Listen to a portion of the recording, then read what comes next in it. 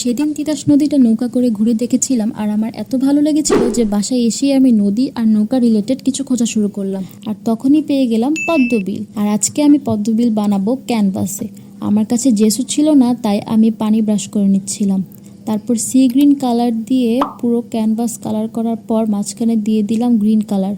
তোমরা চাইলে নীল কালারও ইউজ করতে পারো। এখন অ্যাড করবো পদ্ম পাতা আর এগুলোর উপর একটু সবুজ সবুজ দিয়ে দিছি। তারপর পদ্ম ফুল বানানো শুরু করলাম আর আমি যখনই কিছু করি সে আমার পাশে এসে বসে থাকে। পদ্ম ফুল বানানো আসলে কঠিন একটা কাজ। সাথে আমি কিছু কলিও অ্যাড করছি, কিন্তু এটার ক্লিপ নিতে মনে ছিল। আর আমার চাচাতো বোন এসে এদিকে দুষ্টামি করতেছিল। হ্যালো গাইস, এখন দিদি নৌকা বানাবো। নৌকা বানানোর জন্য আমি ব্রাউন কালারের ক্লের সাথে কালো কালার অ্যাড করছি।